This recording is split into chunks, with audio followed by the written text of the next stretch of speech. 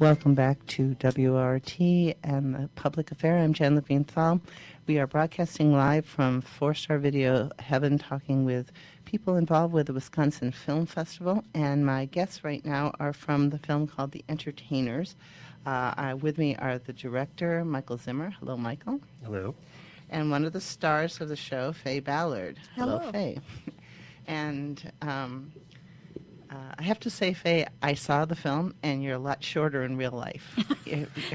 Well, you have to blame that on one of the other stars of the film, my mother, I'm afraid. No, it's just you have such stature in the film. Not Well, that you thank don't you. in real life. Of course Thank you do. So let us talk about. First, I'm going to start with Michael and talk about why the film is called The Entertainers and what it's about. Sure. We called it The Entertainers because it's about the World Championship of Old-Time Piano Playing, which is mostly about ragtime, and sort of the classic standard that most people know when they think ragtime is Scott Joplin's The Entertainer. And so we decided that we had 6 entertainers that seemed like it made sense for a title. And the film follows 6 performers, including Faye, as they're preparing for the 2009 competition. And what is the name of the competition? The competition is called the World Championship Old Time Piano Playing Contest. And how did you pick these particular contestants out of there are 4? You said that at some point there were hundreds of contestants, right? But and finalists, there are 40 or so, right? Yeah, well, we basically came to the contest in 2008. A good friend of mine from high school was actually the 2007 world champion. His name's Ethan Uslin, and he told me about the contest and said, there's all these wonderful people there. It's such an amazing world. You should come and check it out. And so I consulted with my friend, Nick Holly, who co-directed the film, and we decided to bring a couple of cameras and just check it out. So in 2008, we went, we filmed some, we met everybody, and we just were sort of blown away by the world. It's just a bunch of really talented, smart people. The music is incredible, and these 6 there's so many there that are really great. But these 6 we loved, and we've been pleased with how it came out. And it's well, Faye, you're one of the few women who compete at least at that level, but and you're not competing now because you're running the place. That is true. I have now taken over as the contest coordinator. So I was telling my friend Michael here just a bit ago, it's certainly interesting to see it from a whole different perspective. Last year was my first year doing that. I acted as co-coordinator from the then coordinator at that time, Judy Luchevsky, and it's been a totally different experience, but I love every minute of it. But it is unusual for women to get to the level of the finalists. And so why do you think that is? Because at one point there's a picture of you and 10 men or 9 men. And so why And do you this is a think problem. Why? Oh, I'm sorry. That was a good reason. That was a good thing. But I mean, in terms of raising women as piano players, what do you think is Well, it? you have to understand, back in those days, the perception of women back then is, women didn't get involved with that kind of music if you were a lady. I mean, women that got involved with that kind of music were not considered ladies. So it's kind of maybe an easier thing for a guy to get into because maybe it's more natural for a guy to go play in a bar or something like that. Not that women don't do it. When you get into the novelty style of ragtime, women actually did a whole lot of it. You have to have a great deal of classical training to do something like that, and women, of course, were the more classically trained pianists at that time. So if you're doing the novelty style, something like that, yeah, women are certainly involved. Competing, the way we have this set up as a cutting contest, it probably is more of a guy thing. Huh, interesting. So, Michael, why don't you talk a little bit about the structure of the film? And also, I just have to say that you get to see a lot of people do a lot of amazing music in this film. And so if you are, like me, a fan of ragtime and related music, it's just thrilling to see people with this much skill, I just have to say. Okay. Now, tell me how you structured the film and anything else you think is important about the way the film is. Yeah, absolutely. Well, we also, I think, were blown away by the talent of these people playing a music that I think some people have forgotten about, but that really sort of served as the the kind of fundamental American pop music that led to jazz and led to R&B, and it's just really fantastic music, and it's about style and showmanship and also technique, and it's super hard. I mean, I'm not a musician, so I can't tell you exactly, but Faye could elaborate. But it's really, really difficult, and it's amazing to see what these people do. In terms of structure, we set up a bit of a flash forward, and then we go into the lives of each of these contestants that we're going to be following to introduce them, and then we get to the contest. Yeah, it's exciting to watch, I think. I think so too. And the cast includes Faye, Four Arrows, a prominent Native American professor and author, Faye Ballard, who began competing at the age of 12, and there are those wonderful shots of you at 12 performing. They're just so adorable. Professor Bill Edwards, and I love the way he spells his name, P-E-R, Professor. And then somebody says in the film, we don't know what he professes. Well, actually, the professor, what the piano players back in that time were often referred to as professors. Yes. If you had a really good reputation knowing what you were doing, they called you a professor. So that's where he takes that from.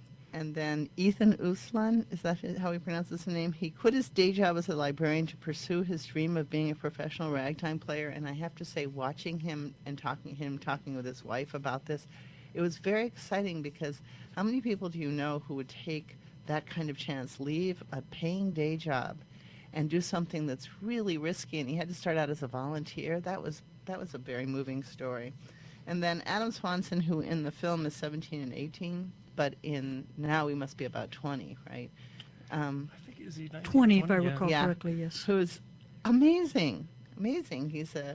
He was number one in his class at Shenandoah, Iowa High School, but And he's now studying classical piano, by the way. that's fascinating. So he went to college. He said at the end of Absolutely. the He's film in that he went college to right now. Yeah. And I won't give away. Oh, and there's one more. I'm sorry. Jim Boston, who practices an old upright pianos he finds in the basement of churches, and that's also wonderful footage of him. And some of these pianos could really use some work, and he's still doing this complicated, demanding piano playing. So have I left anyone out? Is that everyone? I think you covered them, yeah. And so, Jim Boston is African American, so you have Native American, African American, a woman, and a couple of professors, real and imagined. So, As you see, he picked quite a mix for his Yes. films. but it was impressive to see how broadly this particular art form is loved by so many different kinds of people from so many different kinds of backgrounds and different kinds of income levels and so on, different kind of family situations. So that was, because sometimes if you like something like that, I like this music, you think, well, I'm the only one left on earth who cares about this. And then you find out there's a whole culture around it. I don't think know? you can find anybody who can listen to ragtime and be sad listening to it. I mean, it gives you such a lift. It was meant to be happy music, dance music, have fun music. So now with you running the festival, running the competition and having so much to do you still practice hours a day? Well, I never get in as much practice as I probably should, but I'm actually pursuing a master's degree right now in piano pedagogy, piano teaching. Wow. So, yeah, I have to get my licks in when I can. So, in going up to the contest, which is depicted in this film, then you practice a fair amount, but don't you have to worry about, am I going to overdo? Am I going to practice this too much, and then is it going to be stale, or are my fingers going to get tired? Or tell us about the practicing. Well, you're pretty much covering it. You can always worry about any of those things. As far as the practicing goes, if you're practicing proper technique, you shouldn't have any problem with, your fingers hurting or fingers getting tired. If you're having that problem, the technique's wrong somewhere and you need to go back and take a look at it. As far as something getting stale, that's always a concern. We have contestants who very much tend to wait until the last minute, and myself being one of them, because they want to wait and see which tunes they think are going to play the best at the contest. So yeah, you don't want to overdo something, but it has to be in pretty much perfect form if you're going to score with these four judges. And it is remarkable what people. Some people in the film talk about their practicing, and it's like, I don't think I've ever done any one thing that many hours in a row. I just don't think in my life. I'm an eclectic person. So, when is the film showing at the film festival? It's showing tonight at 9:30 at the Chasen Museum of Art, and then again tomorrow at 1:30 at the UW Cinematheque. And if you were going to say one or two more things, I'll give each of you a chance to answer this, about the film that you want people to know so that it will make them come and see it, what would they be? I think it's just a movie about people who have an incredible passion for a work of or sort of an art form that maybe most people don't remember anymore, but that is still just really vibrant, relevant, and just a lot of fun to listen to.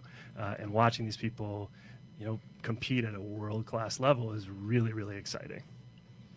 And you? We really can't thank Michael and Nick enough for doing this. This has been such a really great boost for the contest. I think the people are going to really be fascinated seeing not only how we got started in this, talking about how the contest got started itself, how we came to find out about it, why we like this music the way that we do, and how we actually go about getting into a mental, physical, ready state to go and compete. So, ragtime, or the music that became called ragtime, starts in the 1880s sometime. And at some point, someone in the film traces the beginning of that all the way up to hip-hop today, and shows that these very particularly American music forms are all linked together. So basically, we all need to thank the ragtime players for where we are today in all kinds of music. Absolutely. Now, I'm sure there's somebody who likes some other kind of music who might make that argument about that music, but I was convinced. I was totally convinced by the argument. I thought that was pretty interesting. So I want to thank you all for making this film and for coming here today.